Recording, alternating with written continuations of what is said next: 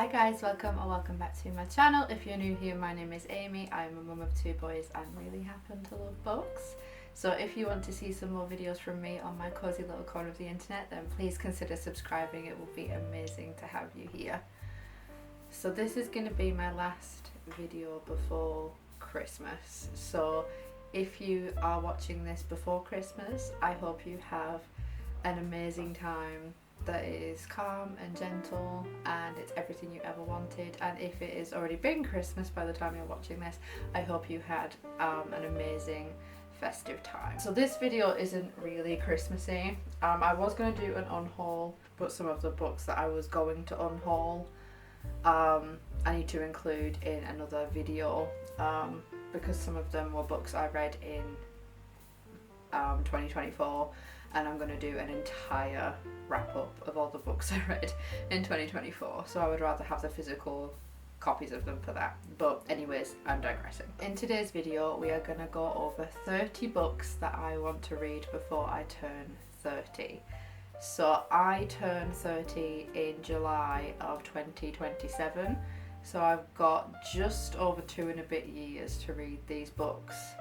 And some of them I do physically own, some of them are classics that I don't own, but I want to get physical copies of. So there is a vast array of books in this. There's horror, there's classics, fantasy, there's lots of different genres that I'm going to include in this list. So shall we go through the 30 books I want to read before I turn 30? So the first book I want to go over is actually a gothic classic that I have never read, and I'm really surprised I haven't read it, but I've got it on my wish list and I really hope I can get my hands on it soon. It's The Picture of Dorian Gray by Oscar Wilde, and I really love the look of the penguin cloth-bound versions. There's just something about cloth-bound books that makes me feel like I'm in like a library somewhere and I'm in like the 1800s, dark academia kind of vibes. So I really want to get my hands on the cloth-bound version. So this is by Oscar Wilde. So I believe there was 2 copies published. There was the full novel and then there was a novella. I'm not sure which one is the cloth-bound version, but this is a gothic classic and I need to read more classics. And we follow, I'm really sorry, the sun's just decided to come out, so there might be a very sudden lighting change. So in The Picture of Dorian Gray, we are following Dorian Gray, who gets a picture painted of him, but he begins to think that the only things in life are vanity and staying young forever. So he then becomes cursed by selling his soul. But instead of him growing old, the picture painted of him grows old instead. And it has a very good commentary on vanity, beauty, how some people, that's all they seem to focus on, and they're so focused on maintaining their beauty and vitality and youngness that they cannot see everything else around them that can make them happy. So I feel like this gives a very, very good commentary on different themes, and yeah, again, it's a classic, so I really want to get my hands on it. So number 2, this is 2 books. It is a duology that I have been really wanting to read, but I'm going to include it as one, and it is One Dark Window and Two Twisted Crowns by Rachel Gillig. So this is the Shepherd King duology, I believe.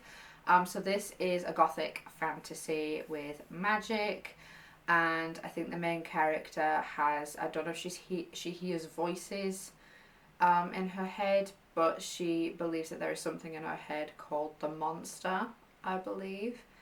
And from what I've heard, this is a really fantastic duology.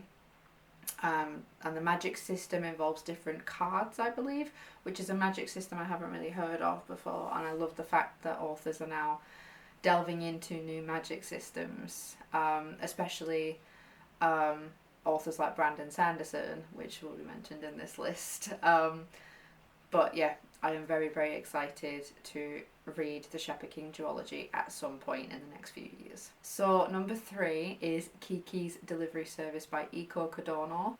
This is being re-released in a cloth-bound edition in 2025. I think it's a puffin cloth-bound. The cover hasn't been revealed yet, but I really cannot wait for the cover to be revealed. Kiki's Delivery Service is one of my favourite Studio Ghibli films. Yeah, it just reminds me of spring and summer, and in this book we are following Kiki, and I cannot remember the name of the cat. It's just literally just left my mind. But she has a pet cat, and they go and deliver packages all over this world where it is set. Yeah, it's such a sweet little story, and I surprisingly haven't read the book, so I really want to read the book, and I really hope it is just as good as the movie. Now this one is probably not a very big surprise because I haven't read this series. I read book 1 when I was in school, but I never read anything beyond that, and it is the Harry Potter series by J.K. Rowling. Yeah, I only ever read The Philosopher's Stone and then didn't read any more after that, and I really want to read them as an adult. And having watched all the movies, I think reading the books will give me a brand new perspective, because I know that they do have the Hollywood movies that are based on books, and they miss parts out and put things in that weren't in the books originally. So it will be really exciting to read this series with adult perspective and some fresh eyes as well. 5 is another Gothic classic, and it is Rebecca by Daphne du Maurier. This has been mentioned in so many videos that I have watched other booktubers do, and I've heard very, very good things about it.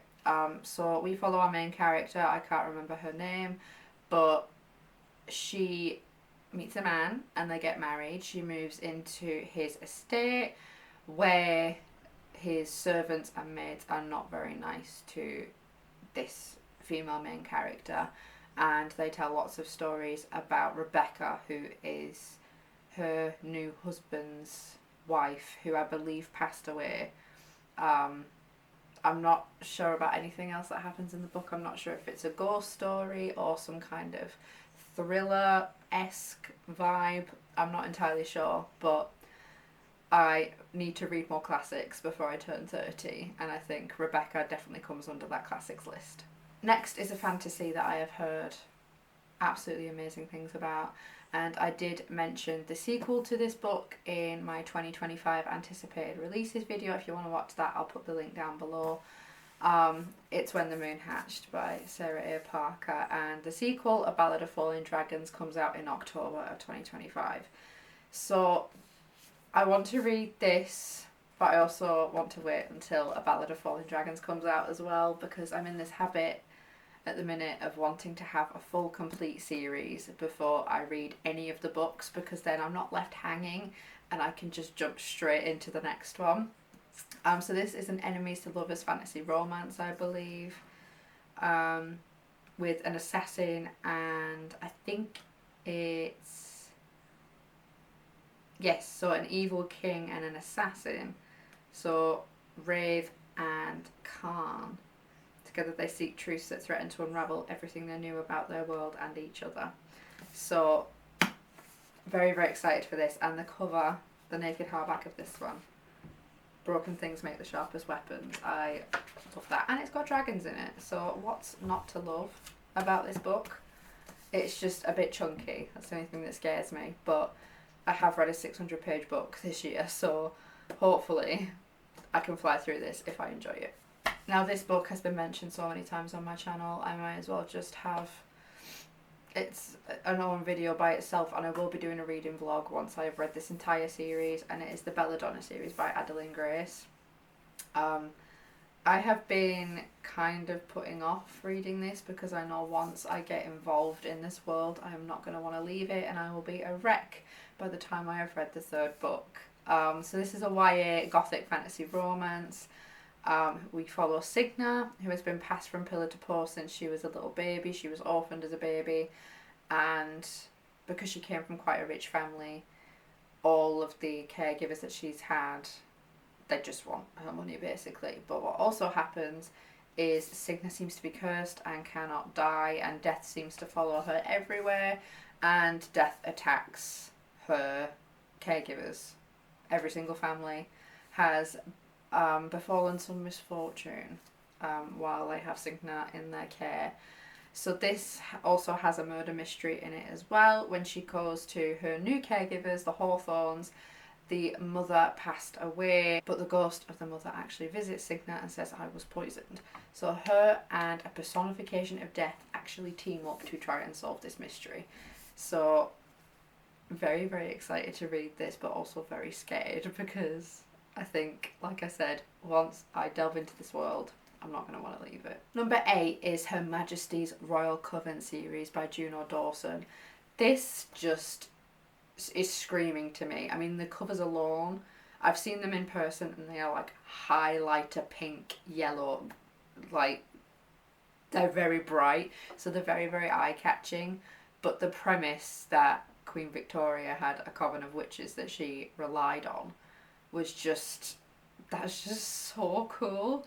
So I can't remember the name of the second book, but I know the third book has been released called Queen Bee, which they all look super, super cool. And just the fact that there was a coven of witches in Victorian times, that premise is just, that sounds amazing to me. So hopefully I can get my hands on the series very, very soon. 9, Caraval by Stephanie Garber. I have not read any books by Stephanie Garber.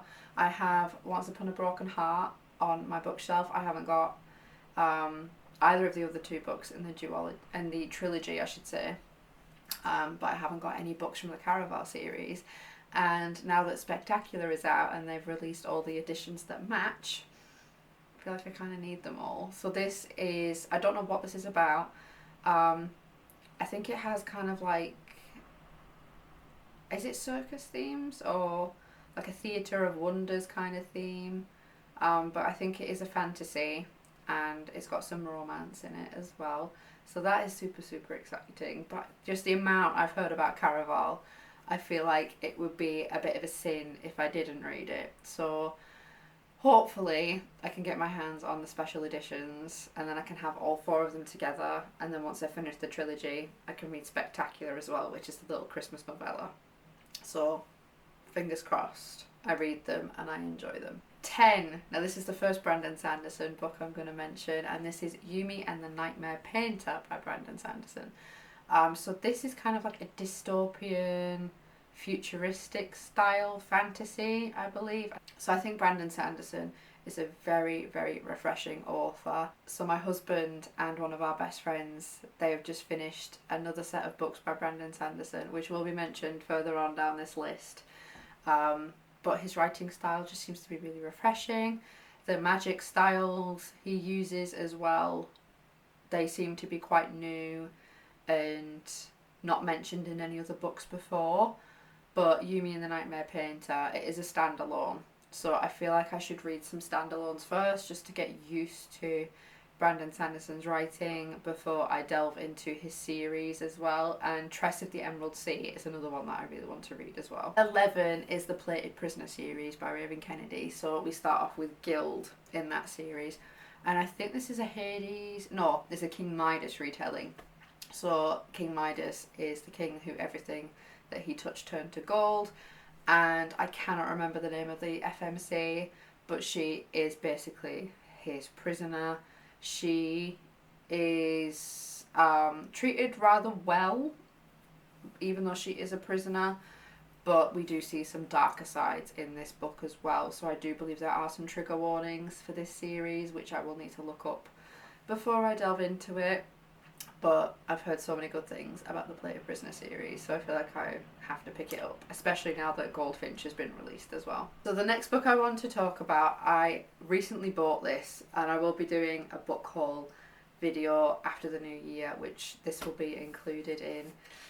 It's Slewfoot by Brom. I have been searching for this book for months. It was on my Amazon wish list, and I looked in every single Waterstones that I could find in our local town, and it was nowhere. And then me and my best friend Emma went to Cambridge and we went to the comic section of all places, and this was there staring me in the face and I screamed. I was so excited. I've always wanted to read Slewfoot by Brom. One of my favourite YouTubers, Darling Desi, she mentioned this in one of her like spooky autumnal read videos. And ever since then, I've wanted to get a copy of it, and I now finally have it. So again, this will be mentioned in a future book haul because I have a few more books on my shelf that I need to talk about. But there is artwork in this. Every single chapter head has artwork on it. And this is set during, I think, like 1600s. So we follow Abatha, I believe.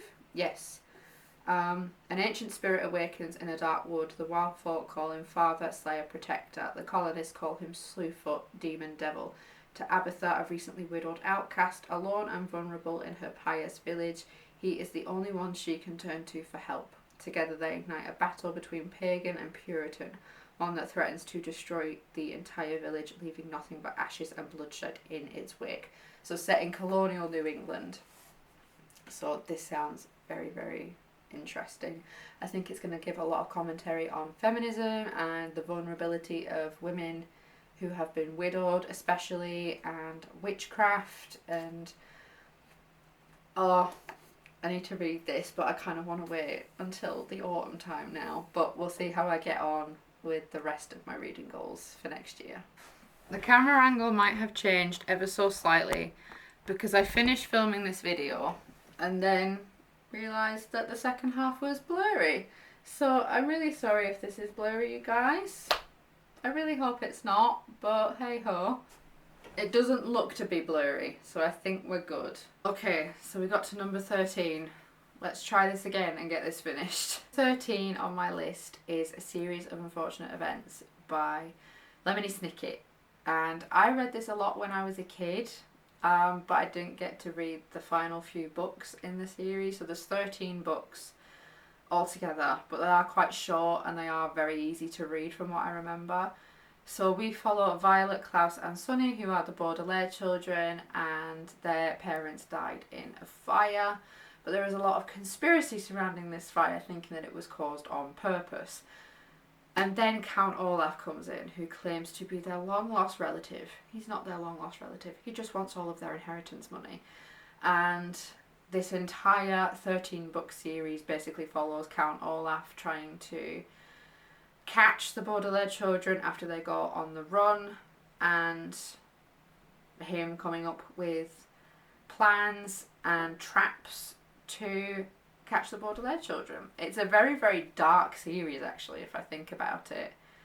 But I really want to read it again and get lost in that world, because there was just, I loved the movie with Jim Carrey, and there's just something about this series that's just itching the back of my brain. It's like, you need to read me again. So hopefully I can get my hands on a box set soon. Number 14 is another classic, and it is Dr. Jekyll and Mr. Hyde by Robert Louis Stevenson. So I don't know much about the premise of this book. All I know is that it is a classic, and I love the cover of this because of the little like chemistry potion style bottles. I think it's super, super cool. But I know we are following Dr. Jekyll, who comes up with some kind of serum and it turns him into kind of like a monster when he drinks it. So he can change at will with this serum he's created. I think that's the basic premise.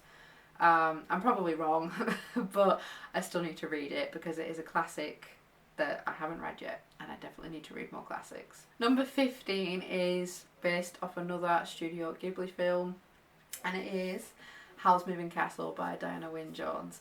So this movie, the Studio Ghibli adaptation, is so nostalgic for me and brings me so much comfort and joy, and I really hope the book does the same thing as well. So we are following Sophie, and she ends up getting cursed by a witch, and she looks like an old lady but she's still young on the inside.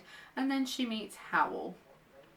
How about making a bargain with me, said the demon. I'll break your spell if you agree to break this contract I'm under. And I really, really hope that characters like Calcifer are included in this as well, because he is one of my all-time favourite Studio Ghibli characters. I just think this is going to be such a magical book to read. Number 16. Now this copy is a little bit battered. I did get it for much cheaper than it's supposed to be, but I do need to get an updated copy because I really want to get the sequel as well. And it is What the River Knows by Izabel Ibanez. This is set in Cairo in the 1800s, I believe. 19th century Buenos Aires. It's mainly set. So we follow Inez, and she has just received the news that her parents have passed away under mysterious circumstances.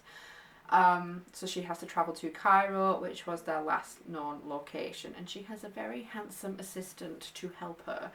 And what I love about this, I'll see if I can find one. Yeah, it's got like diary entries and drawings in it, and I think it's such a nice touch. And the sequel, Where the Library Hides, has just been released very recently as well, so I need to get a new copy of this and then also get a copy of Where the Library Hides as well. Number 17 is The Shining by Stephen King. I've only read Carrie by Stephen King so far, but I really, really enjoyed it, so I want to delve into more of Stephen King's works.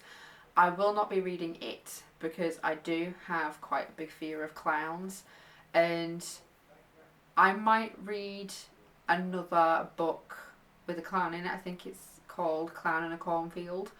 But that seems a bit more gimmicky, whereas it seems to focus on metaphorical version of fear, which doesn't sit right with me at the minute. I might read it later on if I get a bit braver, but for now I'm just going to stick with The Shining. So this is a very classic horror book, and my dad also read The Shining, and my dad does not read at all really, and he said he really enjoyed it, so fingers crossed I enjoy it just as much. 18 is another horror classic, and I've also found a cloth bound version of it which makes me so happy, and it is The Haunting of Hill House by Shirley Jackson. I've got no idea of the premise of this. All I know is that it is a horror classic. I haven't watched the TV adaptation either, which I think will help me a little bit because I'm then not making those comparisons between the TV series and the book. I think that will help me a fair bit.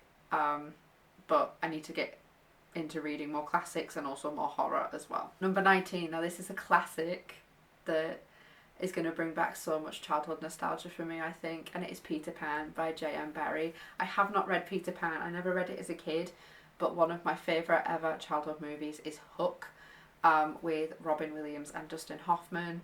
One of my favourite all-time childhood movies, and I feel like I just need to read the book. I feel like it will bring me a brand new perspective, especially as an adult. I feel like the magic won't be there as much, but it will still give me that nostalgic feeling, and plus this edition is absolutely gorgeous. Number 20, another classic I'm going to talk about, is Little Women by Louisa May Alcott. I don't know the premise of this book at all really, even though it is a classic and it is so well loved and talked about.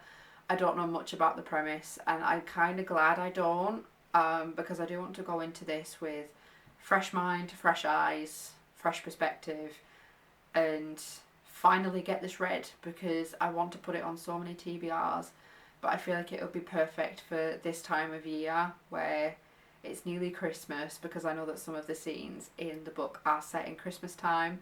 So I think it'll be perfect to snuggle up with under a blanket with a cup of hot chocolate, just reading this classic. 21 is Ninth House by Leigh Bardugo. This is a dark academia, and I've heard many good things about it. So in this book we follow Alex, and she has been given the job at Yale University to monitor the secret societies. And that's all fine and dandy until one day someone ends up murdered. And it is up to Alex, or Alex at least takes it upon herself, to solve this murder. So, dark academia with a murder mystery. What's not to love? I've heard mixed things about Hellbent, but we'll cross that bridge when we come to it. 22 is The Teller of Small Fortunes by Julie Leong. I love the US cover. The blues and the golds and the yellows. I think it is absolutely gorgeous. But we don't have that cover in the UK. We have this one, which is still very pretty, and from what I've gathered from the cover, it is based on Chinese culture. Other than that, I don't know much about the premise, but I've heard it kind of gives that similar feeling to Legends and Lattes, that kind of cozy fantasy vibe, so super excited to read this one. Number 23. Now, I had lots to pick from this author, but this is the one that has interested me the most, and it is The Only One Left by Riley Sager.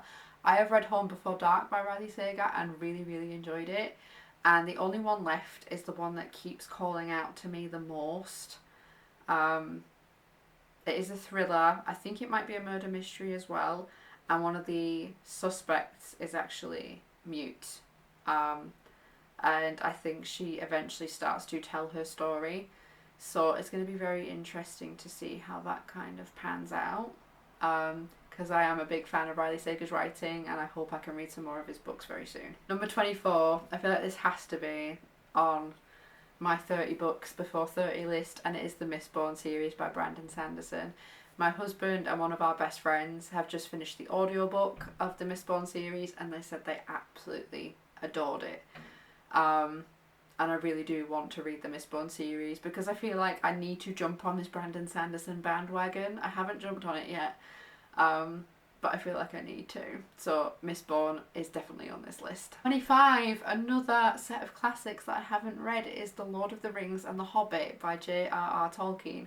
I haven't read any of Tolkien's books. I've watched the movies, but I feel like the movies don't really compare much to the books. I think the books include so much more. They have all that detail, all that character development, the story arc. And I feel like that you can't just get that in a movie a lot of the time. There are some really, really good movies that have all of those. But I think the books just pack that little bit of extra punch. And I feel like they definitely need a space on my bookshelves. 26. This is the only non-fiction book on this list. And it's a book that I've wanted to read for quite a long time. But it is about a murderer, and it's quite a controversial case, this one, and the book is called The Ballad of Carla Faye Tucker by Mark Beaver. So Carla Faye Tucker was one of the first women to be executed since the reinstatement of capital punishment in America, and her execution, the process leading up to her execution, caused quite a lot of controversy because she became like a changed woman. She found religion, and yeah, a lot of people believe that she had really changed. They feel like a lot of people felt like she had redeemed herself and she didn't need to be executed, but she was still executed. It ended up going all the way to the president. I believe people were actually writing to the president asking her life to be spared, but it didn't work. So it will be very curious to read a book. I don't know if it explores like her life, it's like a biography, or if it's just leading up to her execution. But this is a case that interests me quite a lot, and it'll be very interesting to read about it. 27, we're on the final three, you guys. And number 27 is The Silent Companions by Laura Purcell. This is a horror novel, I believe, or at least a thriller novel. So we follow our main character, and she has just recently lost her husband after only a very short time of marriage, and she has been left his estate, but she only has her husband's very awkward cousin for company. Until one day they're exploring around this house that used to be her husband's estate, and she looks in this room and sees a lot of wooden dolls that are full sized, and they look a lot like her and people that she has met and seen before.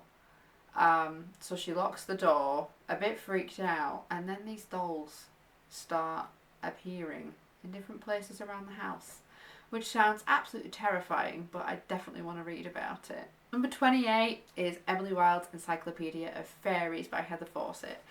Now this is, I would say fantasy. It's a fantasy romance, enemies to lovers, or at least rivals to lovers. So we follow Emily, and she is making an encyclopedia of fairies, as you've gathered from the title, and her journey to making this encyclopedia takes her to the frozen wilds in the north, basically. But she is a very awkward person. She's not a people person, so she doesn't make a very good impression with the locals.